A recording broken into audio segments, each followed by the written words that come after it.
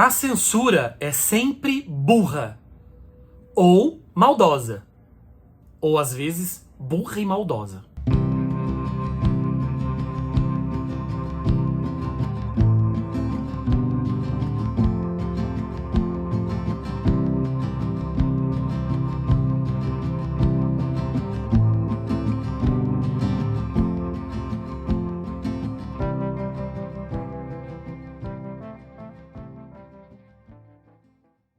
Fala pessoal, tudo bem com vocês? Sejam muito bem-vindos e muito bem-vindas a mais um vídeo aqui da Acrópole.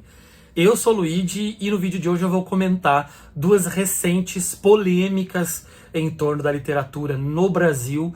Dois casos que, na minha leitura da situação, são dois casos de censura. Sim, você ouviu certo, nós estamos em 2024 no Brasil, em um país democrático, em que um olhar de censura, uma postura de censura quer intimidar literatura, escritores e leitores. O primeiro caso tem a ver com o livro O Avesso da Pele, do Jefferson Tenório, e o segundo tem a ver com O Outono de Carne Estranha, do escritor Ayrton Souza. Vou tentar explanar com calma cada caso e dizer o que eu penso sobre o assunto. Peraí. Antes de continuar com o conteúdo de hoje, eu peço para que você se inscreva no canal, ative as notificações e dê um like nesse vídeo.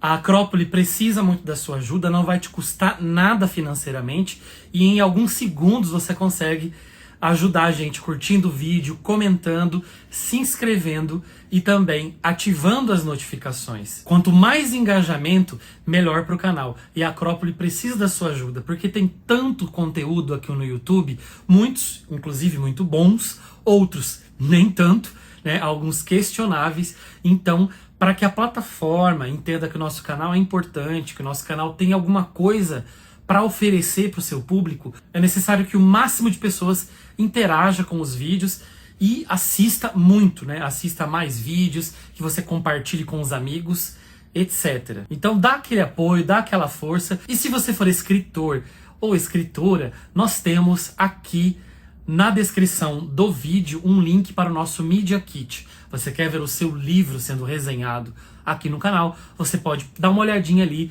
ver os nossos pacotes e depois chamar a gente aqui no WhatsApp para que o seu livro seja resenhado aqui no canal. Voltamos à programação normal. Eu estou gravando esse vídeo no dia 7 de março, uma quinta-feira.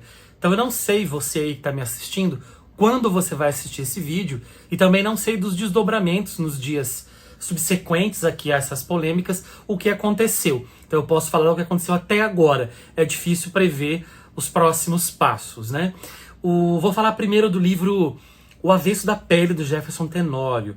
Esse livro saiu pela Companhia das Letras, é um livro que foi aprovado em PNLD. Para quem não sabe, o PNLD é um órgão do governo que avalia as obras que podem ser adotadas ou não nas escolas para trabalhar, né, com crianças e adolescentes, sempre seguindo algumas recomendações de faixa etária. No final da semana passada aconteceu um caso na cidade de Santa Cruz do Sul, no Rio Grande do Sul, em que uma diretora, né, ela reclamou dizendo que era um livro que não cabia para jovens, por causa de palavras de baixo calão, por causa de uma cena de sexo, entre outras críticas que foram feitas. Várias pessoas vieram endossar, né, essa crítica, dizendo que de fato o livro é um livro que atenta, né, aos bons costumes e que as crianças têm que ser protegidas de uma cena de sexo, onde se viu ter uma cena de sexo num livro, etc. A Secretaria Estadual de Educação chegou a cogitar retirar o livro das prateleiras, né, das bibliotecas, mas essa decisão não foi tomada.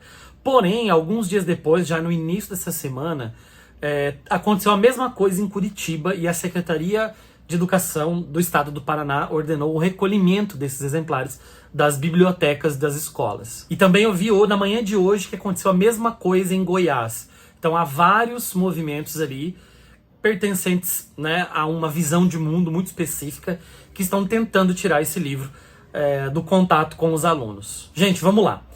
Por que eu acho que isso é uma tentativa de censura? Bom, vamos por partes. Primeiro, toda escola, né, a direção de uma escola e os professores também têm certa autonomia para escolher o livro ou não. Então a pessoa pode adotar o livro ali ou não.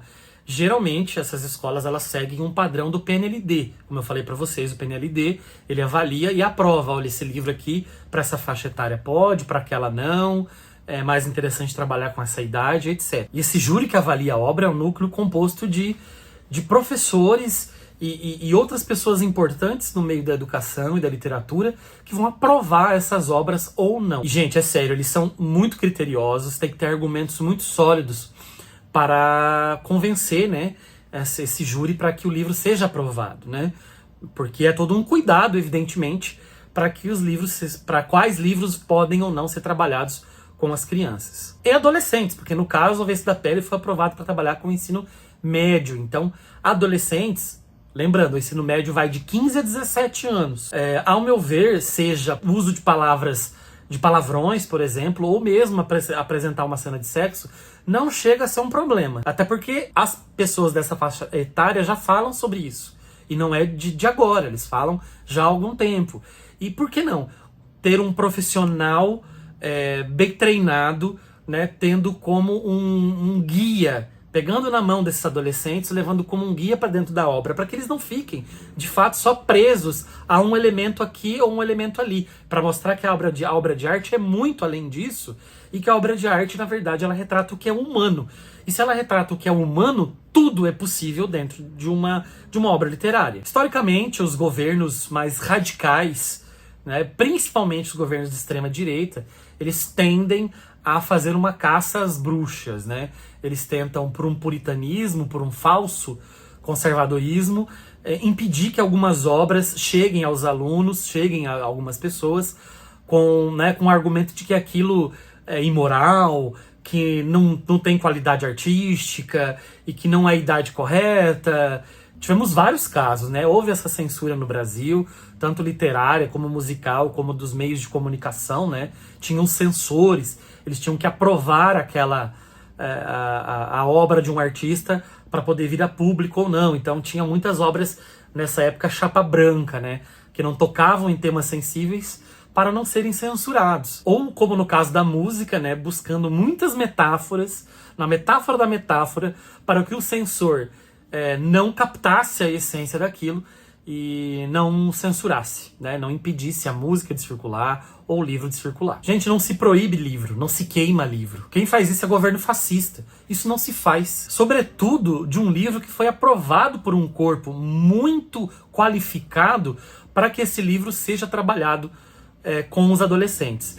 É claro que opiniões divergentes podem vir, inclusive o grande ponto da democracia é você divergir, mas se você divergir, que você tenha argumentos, que você aponte necessariamente o que está errado ali, ou por que essa obra não poderia ser usada, trabalhada por um professor em sala de aula, por exemplo. Mas o que está havendo, na verdade, são muitas pessoas agora nesse efeito dominó, muitas pessoas nem sabem do que é, compram uma ideia pré-estabelecida e passam a adotar essa postura de uma censura. Gente, é um livro que foi premiado e foi liberado, foi aprovado por uma comissão. Se ele não tivesse qualidade literária, ele não teria sido aprovado nem premiado. E olha só para vocês verem a questão do princípio democrático, né, gente?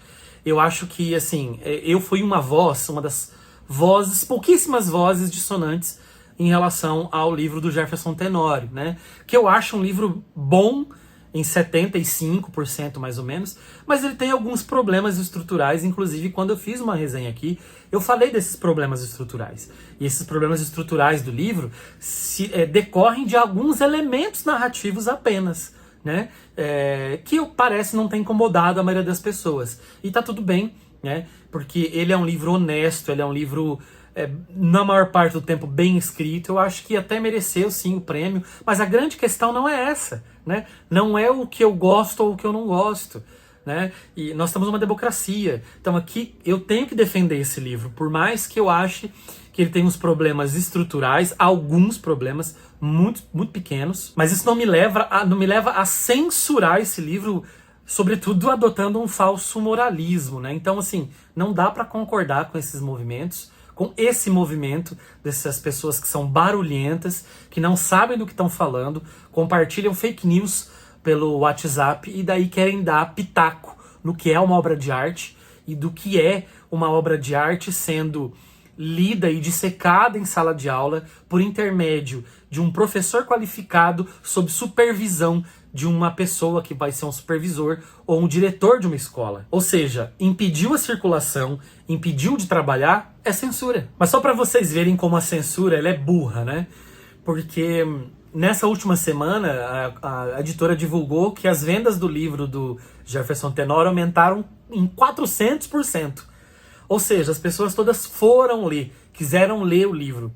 E apesar dessa coisa nefasta, né, dessa tentativa de censura, tem um lado bom aí que as pessoas elas quiseram ler. Aconteceu um fenômeno semelhante no ano passado nos Estados Unidos, que várias secretarias estaduais de alguns estados dos Estados Unidos também proibiram vários livros e os alunos começaram a fundar à parte clubes de leitura justamente para ler e discutir livros que estavam sendo proibidos pelas escolas e proibidos pela Secretaria de Educação por força, na verdade, de uma visão extremamente conservadora, sem argumentos profissionais ou técnicos para avaliar se aquela obra de fato era uma obra fraca ou não. Me solidarizo muito com o Jefferson Tenório, eu tive a oportunidade de mediar o Jefferson numa FLIM, se eu não me engano em 2021 ou 2022 agora, junto com o poeta angolano João Melo, e foi um bate-papo muito legal.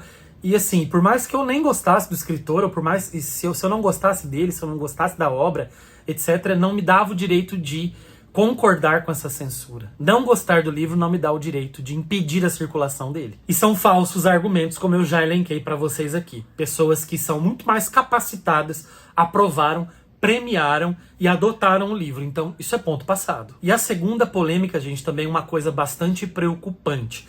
Aconteceu com o Prêmio Sesc. O Prêmio Sesc de Literatura é promovido justamente pelo Sesc em parceria com a editora Record. Os vencedores dos livros da categoria, todo ano, categoria romance e contos, são publicados pela editora Record. O Sesc, ele monta um júri à parte, não faz, as pessoas escolhidas para o júri não fazem parte do corpo do Sesc, até para manter uma certa idoneidade, né, ao longo do tempo. E o prêmio é um prêmio legal pra caramba, revelou muita gente boa, tanto que esses escritores depois continuaram, a maioria deles, né, no mundo literário, né, porque eles premiam, gente, livros inéditos, né, então tem muita gente que é estreante na literatura, inclusive eles só pode concorrer se você for estreante naquela categoria, ou seja, para concorrer na categoria romance, você nunca pode ter escrito um romance. E na mesma coisa na categoria conto. Então é muito legal porque é um prêmio de revelação. E insere o autor no mundo literário, porque depois eles vão fazer excursões pelo Brasil, no Sesc, para falar do livro, etc. Então, assim, o prêmio ele tem uma tradição muito legal e muito bonita. E já virou meio que tradição na Flip, gente, que é a Festa Literária Internacional de Paraty, sempre tem uma mesa ali com os escritores que venceram os prêmios Sesc daquele ano. Então tem algumas unidades do Sesc em Paraty, uma delas recebe então os vencedores e tem tipo, tem um anúncio, e aí tem um coquetel, as pessoas falam, então assim é muito legal todo esse ambiente. Eu estive lá algumas vezes e posso dizer que é muito legal ver esses escritores chegando no mercado editorial brasileiro. E nessa última edição da Flip em 2023, o vencedor da categoria romance, que é o Ayrton Souza, que escreveu o livro Outono de Carne Estranha, ele selecionou um trecho, né? Pediram para ele selecionar um trecho para fazer uma leitura em voz alta lá do seu livro que tinha sido vencedor do prêmio naquele ano. Mas algumas pessoas, alguns nomes altos do Sesc estavam presentes e não gostaram nada do que eles viram lá da leitura, né? Supostamente eles não gostaram de uma cena homossexual no livro, uma cena de sexo também, e eles ficaram incomodadíssimos com aquilo. E uma notícia veio à tona, né? Essa notícia veio à tona esses dias porque o Henrique Rodrigues, que é uma das pessoas, né, que encarregadas aí a pensar o prêmio, né? Ele foi demitido. Ele é um nome muito importante, ele é escritor também, e ele é um nome muito importante na organização desses bastidores, né? O Sesc revela que a demissão do Henrique Rodrigues não tem nada a ver com o prêmio, mas foi logo depois desse problema instaurado lá na leitura desse trecho, né? Então, tanto o autor quanto o ex-funcionário do Sesc, o Henrique Rodrigues, vieram a público para manifestar as suas opiniões, dizendo que na verdade, o autor ali sofreu, né, de homofobia. E pior ainda, o Prêmio Sesc já era para ter sido divulgado, o prêmio de 2024, o edital, né, as datas para inscrição, as regras, etc. Mas não foi divulgado porque parece que o Sesc está querendo montar uma comissão interna, que é uma comissão de leitura sensível, digamos assim, que já de cara seria responsável por cortar alguns livros que seriam sensíveis demais para o público. Sensíveis demais. O que nada mais é do que uma censura prévia, ou seja, não vão nem deixar esses livros que eles acharem problemáticos. E aí até a editora Record tá repensando isso, né?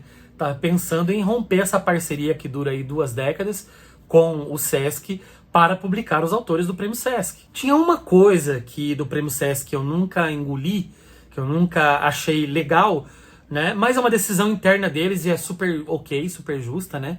É o fato de eles não divulgarem, por exemplo, listas de finalistas, né? Ou eles nem chamam de finalistas, né? Inclusive ficavam bravos se a gente chamasse de finalistas. Chamava, era na verdade os selecionados ou pré-selecionados. Eles só divulgam o primeiro colocado, né? Eles divulgavam antes, lá no começo do prêmio, até o meados da década passada, eles divulgavam os nomes com pseudônimos no site, né? E pararam de divulgar depois. A minha crítica a isso é somente que, assim, o vencedor acaba tendo os louros todos e quem chega perto disso acaba não tendo. Talvez a minha leitura em relação a isso seja muito pessoal, né? Porque em 2 ocasiões eu estive entre esses pré-selecionados. Eu estive em 2014, quando o livro da Débora Ferraz, Enquanto Deus Não Está Olhando, uma coisa assim, venceu. E eu lembro porque o meu nome estava lá, o meu pseudônimo estava lá na lista, né? Mas não divulgaram, por exemplo, o nome real, que era o meu nome artístico, né? E a segunda vez eu descobri no ano passado, conversando com um escritor, que eu fui dar o meu livro, o meu romance para ele, e ele me disse que já tinha lido esse livro antes de eu publicá-lo, porque eu inscrevi esse livro no Prêmio Sesc, e ele leu. Esse livro estava entre os finalistas, entre aspas, né? Estava entre os pré-selecionados finais ali, né? Então é um negócio muito chato, porque a gente chega muito perto de ganhar um prêmio literário e a gente acabou nem sabendo, né? Porque não é divulgado. Então essa era a minha única bronca com o Prêmio Sesc, né? Que eu acho que era uma certa injustiça, mas é um modo de olhar. Eles tinham outro modo de olhar. E em nenhum momento eu achei que o prêmio não fosse idôneo. Em nenhum momento eu questionei um júri literário, em nenhum momento eu questionei o próprio Sesc, nem a própria figura do Henrique Rodrigues, que é um cara que eu admiro muito, que é um cara que faz um trabalho fenomenal, uma pessoa muito séria e honesta, né? É só uma divergência de olhares e, como eu falei, num país democrático, numa sociedade democrática, isso faz parte, a gente vai divergir. Agora, não tem como ficar calado, né? Não tem como a gente não se espantar e ficar com muito medo, né, de que um prêmio com tanta tradição, que revelou tanta gente muito boa e que traz livros de grande qualidade, né, ser associado à homofobia ou criar uma comissão interna para cortar livros previamente, né, como se esses livros fossem ruins ou problemáticos. Isso me lembra uma corrente que existiu aí no final da década passada, mais ou menos, em que cogitou-se as editoras contratarem um leitor sensível, né? Ou seja, esse leitor, ele faria uma leitura com o livro ainda no prelo, antes de ser publicado, para fazer uma espécie de limpeza ali, né? Uma espécie de higienização nos livros, né? Pegou bastante mal, teve uma reação muito grande da classe artística, literária, né? E isso não foi para frente, né? Que é também uma maneira de censurar de alguma maneira, né, os livros. Então, gente, esses 2 casos aconteceram recentemente no Brasil e eu acho, na minha opinião, você pode discordar dela, né? Até peço para você escrever aqui nos comentários o que você pensa, né? Mas para mim tratam-se de censura. E já dando um aviso, né? Eu não sei se eles vão chegar aqui, porque a maioria deles é analfabeto funcional, né? Esse grupinho de meia dúzia que fica gritando por aí, achando que tem argumentos para falar, então eu não vou nem ler esses comentários, eu vou ignorar, né? Tanto que teve no vídeo que eu fiz do Avesso da Pele, teve uma pessoa lá embaixo que já comentou: Que horror dar o prêmio pro Jefferson Tenório e não sei o que das quantas, né? Então, assim, essa gente que não entende nada do que é arte, que não entende nada do que... não sabe interpretar, não sabem ler um texto, né? Eu não vou sequer me dar o trabalho de dialogar com pessoas assim. Agora, se você tiver argumentos, se você é uma pessoa ponderada, né? A gente pode continuar essa conversa aqui nos comentários, mesmo que a gente tenha opiniões divergentes. Passando de novo para fazer mais um merchanzinho. Em 2020, saiu pela editora Penalux o meu romance Os Passos Vermelhos de John. É uma narrativa, é um romance que tem elementos de romance policial, romance histórico, limites entre verdade e ficção, entre realidade e ficção, com a vinda do escritor John dos Passos ao Brasil, especificamente a cidade de Maringá, e nós temos duas narrativas correndo paralelamente, uma em 1958, outra em 2018, cheias de teorias da conspiração. Esse escritor, John dos Passos, então se envolve com uma cabocla na cidade de Maringá, no Paraná, e há um crime. Então há vários olhares, várias perspectivas num romance fragmentado, tentando conectar essas duas épocas históricas, no final dos anos 50 e depois no século 21. O livro saiu pela Penalux e você pode encontrar tanto no site da editora quanto no site da Amazon. E o meu livro mais recente é um livro de contos, é um livro que contém 12 histórias, saiu pela editora Patuá e se chama O Descobrimento do Brasil. São 12 histórias falando sobre a construção do Brasil, violência e tragédias ao longo da história, tragédias ao nível individual e também no nível coletivo. E você pode encontrar o livro no site da editora Patuá ou também na Amazon. Só para vocês terem uma ideia, gente, de uma censura ela é idiota, teve um prêmio no começo dos anos 90 na Europa, em que cada país indicava, né, alguns livros para participar desse prêmio, e tinha um livro inscrito lá, que era o Evangelho segundo Jesus Cristo, do Saramago. E o governo vetou a indicação desse livro, porque supostamente ele atentava contra os bons católicos portugueses. E o Saramago ficou tão possesso, gente, que ele deixou o país, né, e foi morar na ilha de Lanzarote, que é uma ilha pertencente à Espanha, com a sua esposa, que é espanhola, né, a Pilar del Rio. E, ou seja, 6, 7 anos depois, Saramago é agraciado com um Nobel de literatura, o único português, o único de literatura de língua portuguesa, e ele já nem morava mais em Portugal, né? Ele tinha rompido com o país. Veja o tamanho da imbecilidade que é censurar. Mas se tem algum lado bom nessa história toda, é que muita gente foi atrás desses livros, né? Muita gente vai querer ler esses livros, e toda uma classe literária, aí seja livreiros, editores, capistas, revisores, leitores, produtores de conteúdo, críticos e outros escritores estão muito fechados com esses caras e estão apoiando muito esses caras, né? Ou seja, se há... tanto se fala do ego do escritor, né? Que há competição entre escritores, né? Isso, pelo menos em situações assim, isso cai por terra, porque eu tenho visto um apoio massivo a esses escritores que sofreram ou que, né, que estão sofrendo censura dessas duas instâncias aí. Espero que não tenha mais desdobramentos, não tenha mais nenhum caso assim, mas se tiver, eu vou voltar aqui para falar sobre eles. E é isso, pessoal, fico por aqui. Nos vemos num outro vídeo, um abraço e até a próxima!